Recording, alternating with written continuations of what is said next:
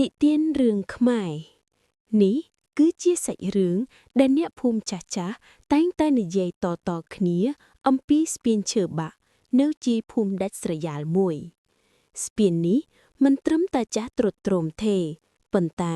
វាមានប្រវត្តិលាក់បាំងនៅភាពរន្ធត់ដែលធ្វើឲ្យអ្នកស្រុកមិនហ៊ានដើរកាត់នៅពេលយប់ព្រលប់ឡើយរឿងខ្មោចចាំស្ពានកាលពីច្រើនឆ្នាំមុនមានបុរសម្នាក់ឈ្មោះតាជូគាត់ជាអ្នកយាមស្រូវនិងជាមនុស្សដែលស្លាប់យ៉ាងអាណោចអាថមបំផុតនៅត្រង់ស្ពានឈើបាក់នៅជាភូមិដាច់ស្រយាលមួយតាជូគឺជាបុរសឯកោដែលរស់នៅក្បែរស្ពានឈើនោះគាត់មានចរិតស្លូតបូតប៉ុន្តែត្រូវបានក្មេងស្ទាវក្នុងភូមិបង្កាច់បង្ខូចថាគាត់ជាធ្មប់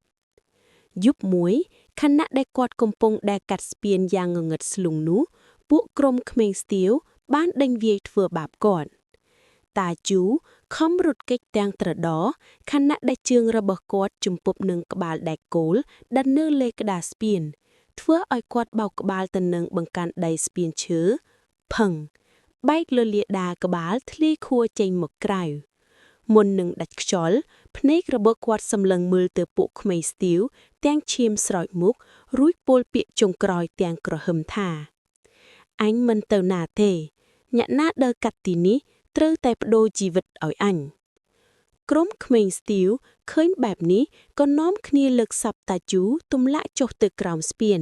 ហើយចែកជើងគ្នាទៅផ្ទះរៀងៗខ្លួនក្រោយពេលគាត់ស្លាប់សពរបស់គាត់មិនត្រូវបានគេរកឃើញភ្លាមៗទេរហូតដល់ស្អុយរលួយជាប់នឹងភក់ក្រោមស្ពានតាំងពីពេលនោះមកស្ពាននេះក្លាយជាតំបន់មរណៈអ្នកភូមិចាស់សឹងតែមិនហ៊ានរំលឹកឈ្មោះគាត់ឡើយព្រោះតាជូក្លាយជាវិញ្ញាណដែលចងអាឃាតយ៉ាងខ្លាំងបំផុតដោយសារគាត់ស្លាប់ទាំងកំហឹងនិងភាពឈឺចាប់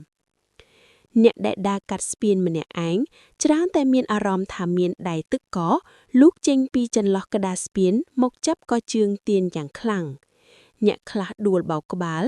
ឯអ្នកខ្លះទៀតត្រូវទាញទម្លាក់ទឹកទាំងរស់ថ្ងៃមួយពូចកជីកង់កាត់ស្ពាននោះម្នាក់ឯងស្រាប់តែមានអារម្មណ៍ថាកង់កាន់តែធ្ងន់ទៅរហូតធាក់លែងទៅមុខពេលគាត់ងាកមើលតាមកញ្ចក់ទៅក្រោយគាត់ឃើញតាជូ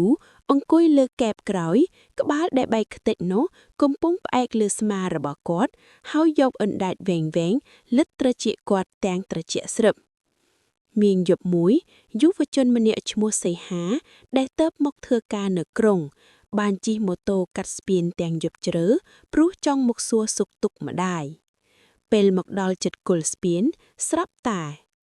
ខ្យល់បក់ត្រជាក់ស្រឹបបើទោះជារដូវក្តៅ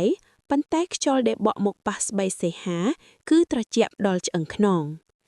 ម៉ូតូរលត់ដោយគ្មានមូលហេតុចំកណ្ដាលស្ពានម៉ូតូរបស់គេស្រាប់តែគាំងងាប់ក្រមើកលែងរួចក្លិនឆ្អាបឈាមក្លិនមួយដ៏អាក្រក់បានភាយឡើងមកជ្រមុះសីហាស្ទើរតែថប់ដង្ហើមសីហាខំបញ្ឆេម៉ូតូទាំងញ័រដៃញ័រជើងពេលគេអោនមើលម៉ាស៊ីនគេស្រាប់តែឃើញដៃខ្មៅនិងវែងខុសពីធម្មតាលូកចេញពីក្រោមស្ពានមកចាប់កង់ម៉ូតូរបស់គេសម្លឹងទៅមុខបន្តិចគេក៏ឃើញបរិសម្នាក់ឈរនៅចុងស្ពានបែរខ្នងស្លៀកពាក់រហែករយីករយ៉ាដោយធៀបភ័យខ្លាចសីហាស្រែកសួរថាពូជួយរុញម៉ូតូខ្ញុំបន្តិចបានទេបរិសនោះក៏ងាកមកយឺតក្បាលរបស់គាត់បែរមកក្រោយ180ដឺក្រេមុខខ្ទេចខ្ទីគ្មានរូបរាងភ្នែកម្ខាងលៀនចេញមកក្រៅហើយនិយាយដោយសំឡេងស្អកថាឯងចង់ឲ្យយើងជួយ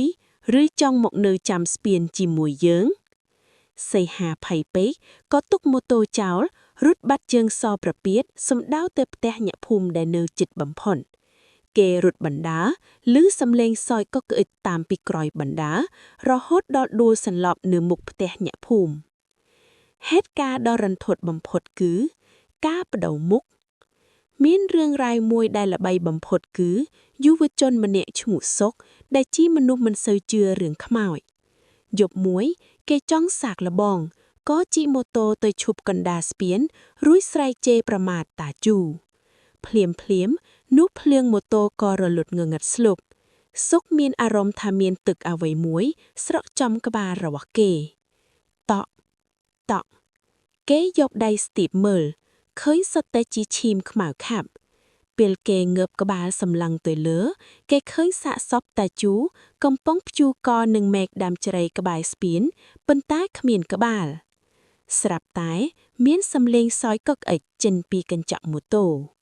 សុកសម្លឹងមើលក្នុងកញ្ចក់ឃើញក្បែររបស់តាជូកំពុងនៅជាប់នឹងស្មារបស់គេផ្ទាល់ចំណែកឯមុខមាត់ពិតប្រាកដរបស់សុកបែរជាបាត់បង់រូបរាងคล้ายជាសាច់ហើមស្អុយរលួយទៅវិញសុកស្រែកគ្មានសំឡេងហើយត្រីគេឃើញសន្លប់បាត់ស្មារតីនៅកន្លែងនោះលុះពេលដឹងខ្លួនវិញគេคล้ายជាមនុស្សឈួននិយាយតែពាក្យមួយឃ្លាថា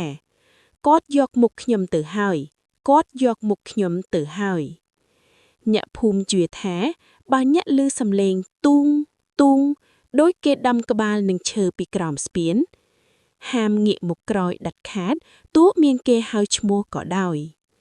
ហាមសម្លឹងចុះទៅទឹកព្រោះអ្នកនឹងឃើញតាជូកំពុងហែលមកអ្នកទាំងភ្នែកក្រឡោតរហូតមកដល់ថ្ងៃនេះទោះបីជាស្ពាននោះត្រូវបានគេសាងសង់ជាថ្មីដោយបេតុងប៉ុន្តែអ្នកភូមិនៅតែនិយាយថាអ្នកចាំស្ពានមិនទាន់ទៅណាឡើយយប់ខ្លះបើអ្នកជិះកាត់ម្នាក់ឯងហើយធំក្លិនផ្កាម្លីលីឡំក្លិនឆ្អាបរហូតឬឃើញស្រមោលខ្មៅអង្គុយលើបង្កាន់ដៃស្ពានចូលអ្នកកុំងាកក្រោយឲ្យសោះសូមអរគុណដល់ពុកម៉ែបងប្អូនដែលបានចំណាយពេលស្ដាប់ការនិទានរឿងខ្មោចចាំស្ពានតាំងពីដើមរហូតដល់ចប់សូមជួយ Subscribe Channel របស់ខ្ញុំផងដើម្បីបានរឿងខ្មោចបន្តទៀត